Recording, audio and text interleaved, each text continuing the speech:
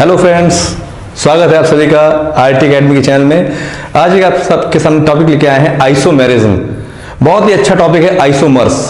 तो आइसोमर्स क्या होते हैं, आइसोमरिज्म क्या होता है, कैसे आइसोमर्स हम बनाते हैं, this is one of the most important topic for class 10th as well as for class 11th and also for class 12th। तो लेट अस सी। सबसे पहले बात करते हैं आइसोमर्स की। ठीक, यहां पे जो वर्ड है आइसो का मतलब होता है सेम। कहीं भी वर्ड अगर आइसो है तो आइसो मतलब सेम ही होता है। अगर हम बात करते हैं आइसोटोप्स की, तो आइसोटोप्स क्या होता है? Iso means same, topic means elements. Isotopes are generally those elements which are having the same atomic number but different atomic masses. ठीक, isosteres having same number of electrons. Isoelectronic species, those species whether they are anion or cation, they are having the same number of electrons, they are regarded as isoelectronic species. In the same way, isomers, iso means same and meros means parts.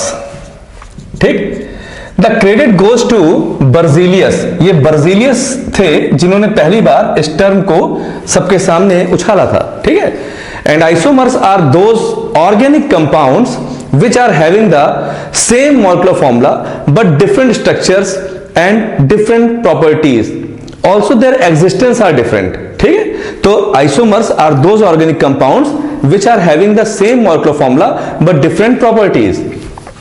तो हम इनको ऐसे कह सकते हैं, those organic compounds which have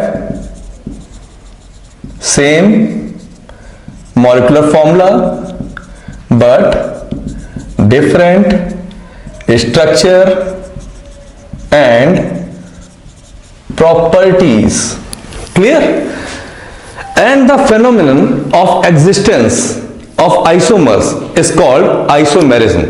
यानी कि वो phenomenon जिसके तहत आइसोमर्स एग्जिस्ट करते हैं उसे कहते हैं आइसोमेरिज्म।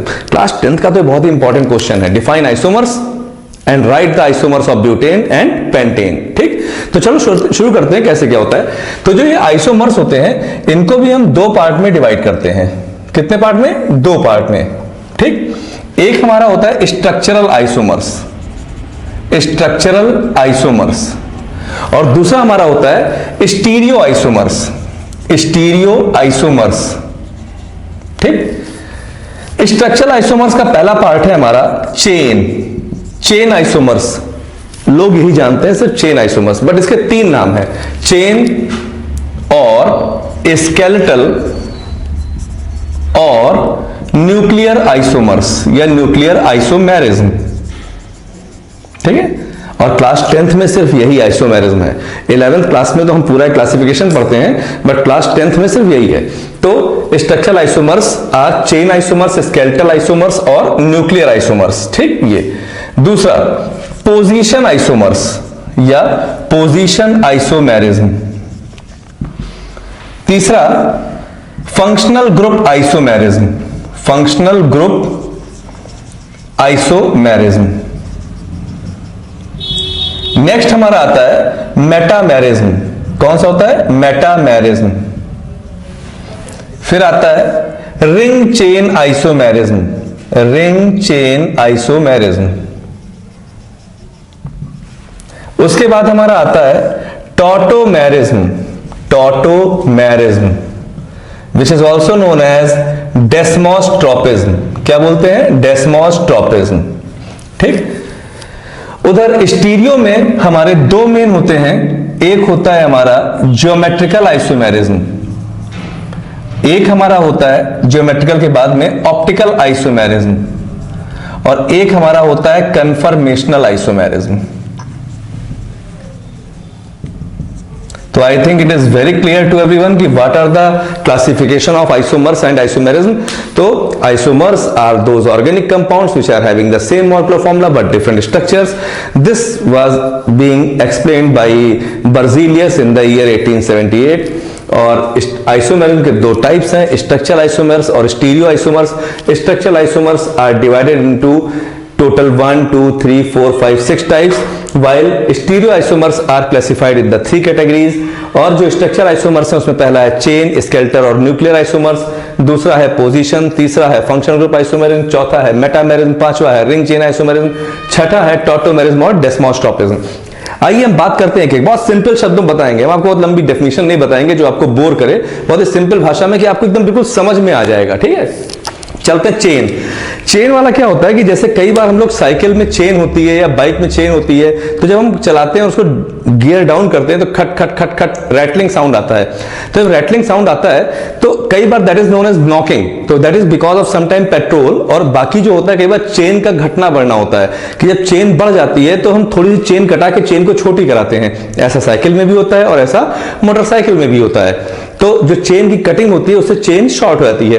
पर यहां पर हम भी चेन को कट करेंगे, we will cut the longest chain but we will add that portion of the carbon somewhere else, उसको हम कहीं और ऐड कर देंगे। Let us see the example, ये आपको बहुत अच्छे समझ में आएगा एग्जांपल से, एकदम फोकस्ड रहिए, ध्यान दीजिए। जैसे क्या होता है कि हमने एग्जांपल में लिया CCC, 4 कार्बन हमने ले लिए, ठीक है, और इसका हमने नाम दिया ब्यूटेन। क्या नाम दिया हमने? Butane. Just we are going to see the example of butane and its formula is C4H10, ठीक है, ब्यूटेन ले रहे हैं हम लोग। ठीक, अब इस ब्यूटेन में हमने इसको सेटिस्फाई कर दिया इसकी valency and applied hydrogen everywhere. यहां भी हाइड्रोजन को हम हर जगह अप्लाई कर रहे हैं और जैसा फॉर्मूला है बिल्कुल सही है, C4 and H10। ठीक, अब हम ये चाहते हैं कि इस चेन को कट कर दिया जाए, मतलब नंबर ऑफ कार्बन और हाइड्रोजन सेम रहे बट ये चेन कट कर दिया जाए और इस कार्बन को अलोंग विद द 3 हाइड्रोजन कहीं और लगा दिया जाए जिससे इसका नाम बदल जाए। ठीक है, तो ये वो क्या किया सकता है, तो हमने क्या किया, इसको उठा के यहां पर लगा दिया और इस हाइड्रोजन को उठा के इसके बगल लगा दिया। ठीक, now again the hydrogen is applied everywhere in the same manner because we have to satisfy the valency, और ये हमने लगा दिया। अब अगर आपको आईयूपीएसी नेमिंग करनी आती है, जो आपको आती है, तो क्या होगा, now we have to see the longest carbon chain. तो लॉन्गेस्ट कार्बन चेन आपका ये आ रहा है, ऐसी कंडीशन में 1 2 3। अब ये तो साइड चेन हो गई ना, और ये क्या हो गया, मिथाइल हो गया। तो अब इसका नाम नॉर्मल ब्यूटेन कहां रह गया, पहले इसका नाम क्या था, नॉर्मल ब्यूटेन, और इसका नाम अब क्या हो गया, 2 मिथाइल ब्यूटेन। क्या हो गया, 2 मिथाइल ब्यूटेन, नहीं सॉरी 2 मिथाइल प्रोपेन। इसका नाम क्या हो गया, 2 मिथाइल प्रोपेन। बट इसको हम लोग कॉमनली कहते हैं आइसोब्यूटेन। क्या बोलते हैं, आइसोब्यूटेन। आइसो मतलब क्या, जैसे मैं टी शर्ट पहने हूं वैसे आपके पास भी कोई टी शर्ट होगी, तो हम लोग क्या बोलते हैं, आइसो हमरे पास है। आइसो हमरे पास मींस क्या है, सेम सेम, जैसे तुम्हारे पास वैसे हमारे पास, बस वही आइसो। आइसो जहां भी वर्ड आएगा इट मींस सेम। ठीक है, तो isobutane, it is just like butane because the number of carbon and hydrogen items are same. तो बिल्कुल आइसोब्यूटेन, बस खाली क्या उनका अरेंजमेंट ही तो डिफर कर रहा है, और तो कुछ डिफरेंट है नहीं। ठीक, तो ऐसे में इसका नाम क्या हो गया, 2 मिथाइल प्रोपेन। लेकिन एक बच्चा अगर वाकई पढ़ने वाला होता है, जैसे मैं हमेशा कहता हूं अपने क्लास में कि that batch is good which is having more number of questions rather than the number of answers, यानी कि वो बैच अच्छा होता है जिसके पास क्वेश्चन अधिक होते हैं आंसर्स की अपेक्षा। क्वेश्चन कब होंगे, जब वो पढ़ना चाहेगा, जब वो पढ़ेगा तभी तो प्रॉब्लम आएगी, तभी तो पूछेगा, और जब प्रॉब्लम ही नहीं आएगी तो पूछेगा कहां से। तो इसलिए आपके पास भी क्वेश्चन आ सकता है कि sir why it is named as iso. Iso word कब लगता है, हाँ यस गुड, आइसो कब लगता है, आइसो तब लगता है जब कोई भी साइड चेन या फंक्शनल ग्रुप जो उसमें अटैच है वो किसी ऐसे कार्बन से अटैच हो जो डायरेक्टली 2 कार्बन से अटैच हो। कितने से अटैच हो, 2 कार्बन से, तो वहां पर वर्ड क्या आता है, आइसो आता है। एक एग्जांपल इसका हम और देखते हैं, जैसे हमने ले लिया C5H12। क्या ले लिया, C5H12। ठीक, अब C5H12 है तो हमने सबसे पहले तो हर बच्चा यही बनाएगा, नॉर्मल 5 कार्बन हो गया। ठीक है, हम क्या, और बाकी हाइड्रोजन अप्लाई कर देंगे और इसका नाम क्या हो जाएगा, नॉर्मल पेंटेन। क्या हो जाएगा, नॉर्मल पेंटेन। अब मैं क्या कह रहा हूं, मैं कह रहा हूं कि भाई इसको ऐसा कुछ बनाओ, कुछ ऐसा बनाओ कि ये कार्बन इसकी हम कटिंग कर दें और इसको कहीं और लगा दें, उसका नाम बदल जाए। ठीक, तो लोगों ने क्या किया, ये C ऐसे कर दिया और इस C को उठा के यहां लगा दिया। यस बिल्कुल करेक्ट। अब ऐसे में क्या हो गया, ये 1 2 3 4, now it is named as 2 methyl butane. अब ये क्या हो गया, 2 methyl butane, and this is commonly known as isopentane. जैसे पेंटेन था वैसो ये है, तो आइसोपेंटेन। ठीक है, और ये क्या था, नॉर्मल पेंटेन। अचानक ही आप ही में से किसी ने बोला कि अरे सर इसमें तो एक और बन सकता है। मैंने कहा क्या बन सकता है, कहा कि एक कार्बन और काट दो यहां से और उसको यहां लगा दो। हमने कहा अरे वाह वेरी गुड, ये तो आपने बहुत अच्छा काम कर दिया। अब जब ऐसा हो गया तो हमने क्या किया, हमने सिर्फ जो लाइन है उसे काट काट के इधर उधर कहीं फिट कर रहे हैं, और जैसे फिट किया, now the longest chain is this, sir this is the longest chain, अरे यार कहीं से भी ले लो, किसी को भी ले लो, 3 कार्बन से ज्यादा लॉन्गेस्ट चेन में आएगा नहीं, क्योंकि नेमिंग करते समय हमको ये ध्यान रखना होता है कि जैसे मान लो यहां से चले तो ये कार्बन एक चौराहा है, या तो सीधे जाएगा या इधर जाएगा या इधर जाएगा, और किसी भी एक तरफ जाएगा तो बाकी 2 साइड तो खत्म हो ही जाएंगे ना, ठीक। तो ऐसे में हम सीधे ले गए, तो 1 2 3।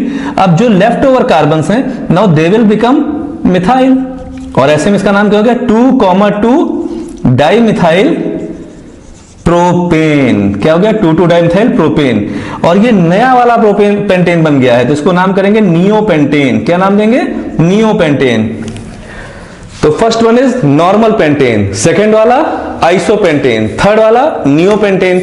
अब बात आती है सर ये नियो नाम क्यों आया? हाँ बिल्कुल सही, यही एक अच्छा क्वेश्चन है। वो ये है कि जब कभी भी कोई ऐसा कार्बन होता है जो किसी इसको अल्किल ग्रुप मान ले रहे हैं, और ये जिस कार्बन से अटैच है वो डायरेक्टली 3 कार्बन से अटैच है, तो उसे क्या बोलते हैं, नियो। ये आगे चल के अभी आप जानोगे 1 डिग्री 2 डिग्री 3 डिग्री, या प्राइमरी सेकेंडरी टर्सरी, या नॉर्मल आइसो नियो। नियो से ज्यादा नहीं होता है, ठीक है, कि नियो से ज्यादा होता है।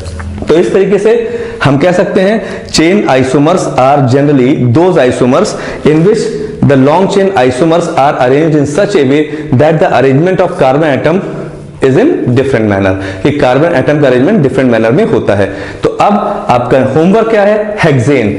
आपको हेक्सेन के आइसोमर्स बनाने हैं C6H, कितना हो जाएगा, इसके दुगने से 2 ज्यादा, इसका दुगना है, डबल कितना हुआ 12 प्लस 2 14, तो C6H14 is hexane. Now you have to draw the isomer of hexane, कि कितने हेक्सेन के आइसोमर्स आप बना सकते हैं, ठीक है। तो I think the first topic is very clear to everyone. Now we are coming on the second topic that is position isomers, ठीक है, उस पर देखते हैं हम लोग।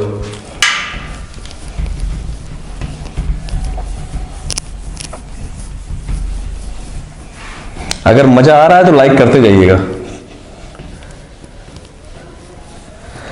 क्योंकि आपकी जो लाइक होती है वो हम लोगों को बहुत ही इंस्पिरेशन प्रोवाइड करती है। उससे लगता है कि हाँ बच्चे इसको वाकई देख रहे हैं मन लगा के, ठीक है।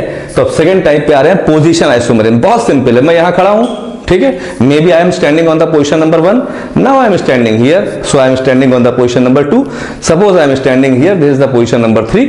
तो similarly when the functional group changes its position, जब functional group अपनी position change करते हैं तो उसे हम कहते हैं position isomerism। For example, let us take the example of propanol. किसका एग्जाम्पल हम ले रहे हैं, प्रोपेनॉल का ले रहे हैं, ठीक है। प्रोपेनॉल कैसे बना है, जब प्रोपेन और प्रोपेन में हम क्या ऐड कर देते हैं, एल्कोहल ऐड कर देते हैं, तो इट बिकम्स प्रोपेनॉल, ठीक है। क्योंकि एल्कोहल जब सफिक्स में ऐड होता है तो ऑल वर्ड लगता है, ठीक। तो प्रोपेन क्या था, C3H8, इसमें से हमने एक हाइड्रोजन माइनस किया, OH ऐड किया, ये बन गया C3H7OH, ठीक।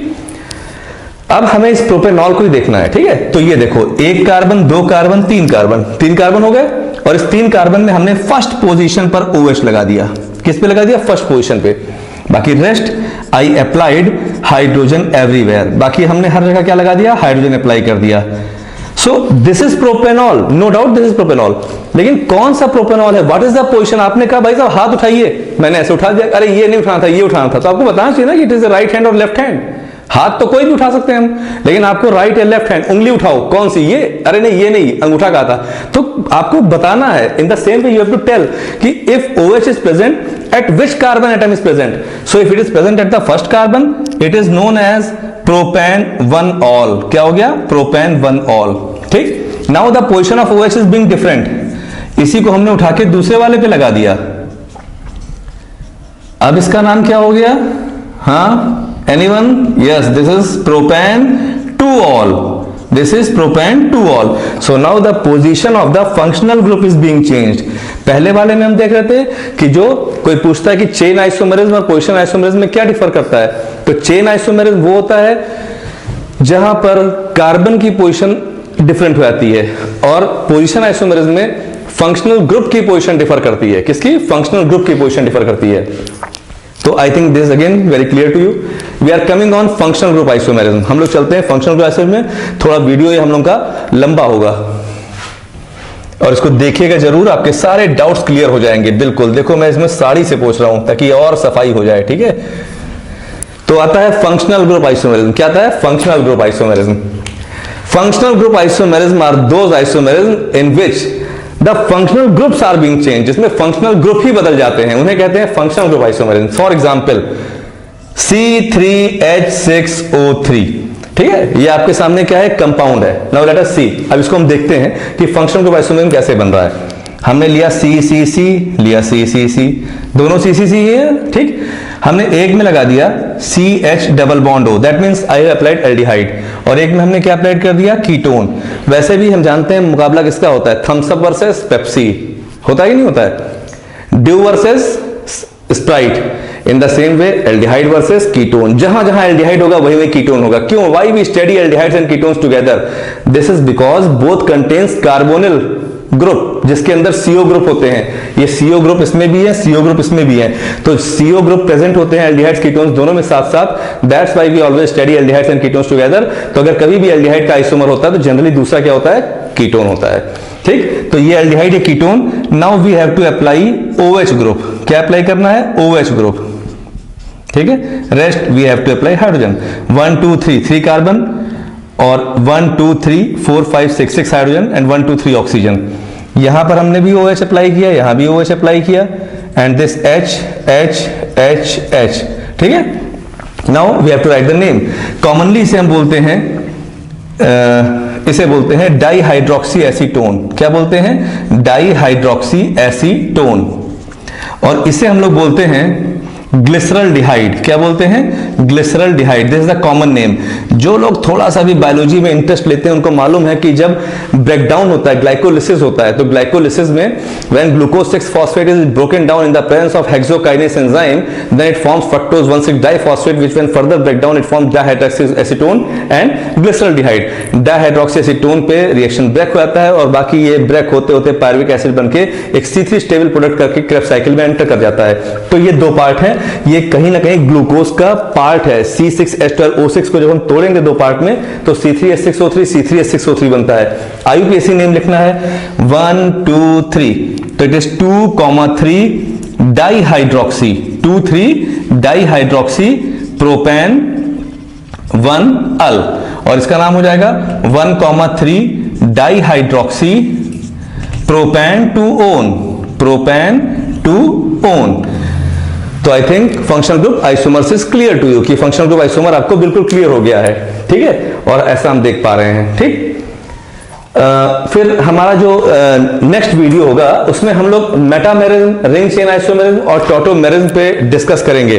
लेकिन अभी का जो लेक्चर आपने सुना है अपने फ्रेंड्स के साथ शेयर कर सकते हैं, और आप जान सकते हैं, क्या जान सकते हैं, मैं यहीं से कंटिन्यू करूंगा अपने नेक्स्ट लेक्चर में।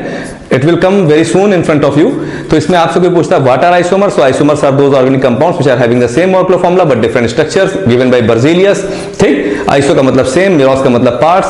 Isomers are classified into 2 categories. First category is structural isomers, second is stereo isomers. Structural isomers के जो पार्ट है that is chain isomers, skeletal isomers और न्यूक्लियर आइसोमेरिज्म, या फिर second position isomerism, third functional group isomerism, fourth metamerism, fifth ring chain isomerism, sixth tautomerism या डेस्मोस्ट्रोपिज्म। उधर क्या है आपका stereo isomerism is categorised into 3 categories. One is geometrical, second is optical, third one is conformational.